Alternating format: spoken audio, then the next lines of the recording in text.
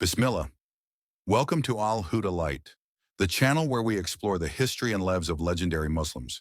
If you love the words of Allah, faith, and the courage of those who stood strong, hit subscribe so you never miss a story that inspires your heart and soul.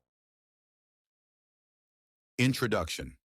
In the golden dawn of Islam, when truth struggled to rise above tyranny, a single voice echoed through the burning sands of Makkah. The voice of Bilal Ibn Rabah, the first muezzin, caller to prayer in Islam. His story is not only one of unwavering faith, but also one of hope, strength, and the triumph of the oppressed. This is the powerful journey of a man born into slavery, but chosen by Allah to rise above kings. This is the legacy of Bilal, the eternal caller of the oneness of God. Born in chains. The childhood of Bilal was born in Makkah around 580 CE into the household of Umayyah ibn Khalaf, a fierce opponent of Islam. His mother Hamama was an Abyssinian slave. Bilal grew up with no rights, seen as property rather than a person. Yet in the silence of suffering, Allah was preparing him for a mission greater than the chains that bound him. 2. The birth of Islam and Bilal's secret faith. When Prophet Muhammad, peace be upon him, began calling to the worship of one God, news of this new religion spread secretly among the poor and the enslaved. Bilal heard of it through whispers and hearts. Islam spoke of equality, mercy, and liberation, not only from idols but from human oppression. Bilal's heart was touched. Without hesitation, he accepted Islam in secret. But Makkah was not kind to those who turned away from idols. 3. The torture. Ahad, Ahad. When Umayyah ibn Khalaf discovered Bilal's faith, he was enraged. He dragged him through the scorching streets of Makkah, tied him under the sun, placed a massive rock on his chest, and told him to deny Allah. But Bilal said only one word, Ahad, Ahad. One. The torturers could not break his spirit. His voice became a symbol, a declaration that even in chains, the heart can rise. His repeated cry of Ahad shook the hearts of believers and even softened some of the Quraysh. 4. Freedom by faith. Abu Bakr. Steps in Abu Bakr al-Siddiq, the noble companion of the Prophet, witnessed Bilal's torment. Moved by his courage, he bought Bilal's freedom with a large sum of gold.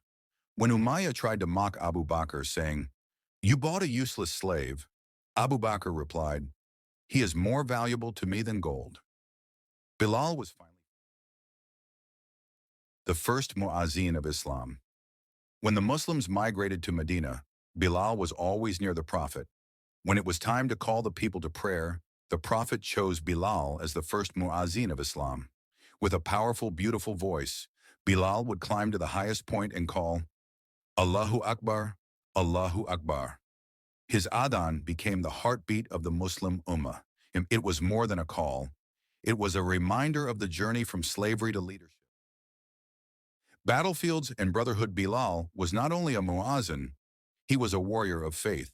He stood by the Prophet in battles like Badr, Uhud, and Khandak. During the Battle of Badr, Bilal confronted his former master Umayyah. It was a moment of divine justice. Bilal, once tortured by this man, now stood as a free Muslim defending his faith. Umayyah was killed that day. Bilal proved no one can enslave a soul that Allah has freed. 7. The final adhan in Medina. When the Prophet Muhammad, peace be upon him, passed away, Bilal was heartbroken. He could not bear to call the adhan anymore.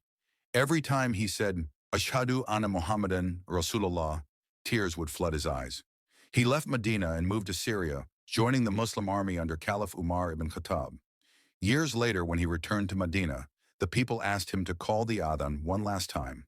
That moment, the city of the Prophet wept. Even the warriors of Islam broke into tears, remembering the golden era of faith. Legacy. The eternal voice Bilal ibn Rabah died in Syria, but his voice still echoes. His story is still told across mosques, schools, and homes.